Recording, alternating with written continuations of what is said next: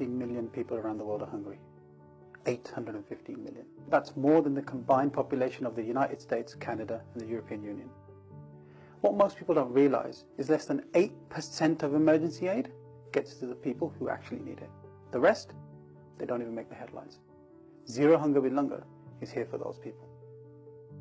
It was during a speech given by Mahendra Singh Ji, chairman of Guru Nanak Nishkaam Sevak Jatha at the United Nations, that I became inspired to see what else the United Nations get up to.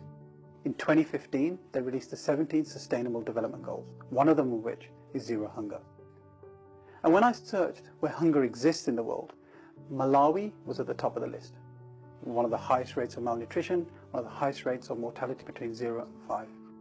I asked myself the question, I wonder if there's a Gurdwara there.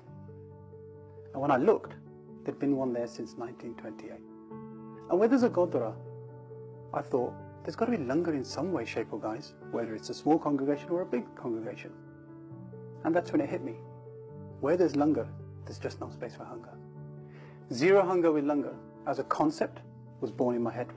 Long story short, 4 days later, 3 Singhs landed in Malawi. We'd never been to the African subcontinent before. It was during that trip in June 2016 that I met Fraser.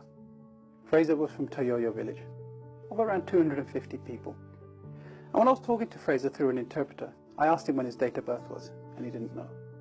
And when I asked him if he'd ever celebrated his birthday, he hadn't. And when I asked him if he could have anything on earth on his birthday, what would it be? Fanta. Ni mpunga ni sim. It was that day I realized what my mission was going to be on earth. It was to spread food and freedom. Deg Deg Fateh.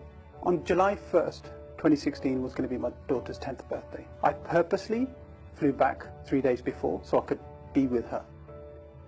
On her birthday, I told her, Simran, a few days ago I met Fraser and he didn't know when his birthday was. And when I asked the chief, he told me he's around 10 years old. There was no exact date. And I said, look, there's kids out there, your similar age, who don't even know their birthday, they never celebrated the birthday. And she gave me one of the most profound answers I've ever heard. She goes, of course he can have a birthday, Daddy. He can have mine. Simran, my daughter, was the first person to ever pledge her birthday. Since then, hundreds and thousands of people have pledged their birthday to help end world hunger. One of them of which is Fauja Singh.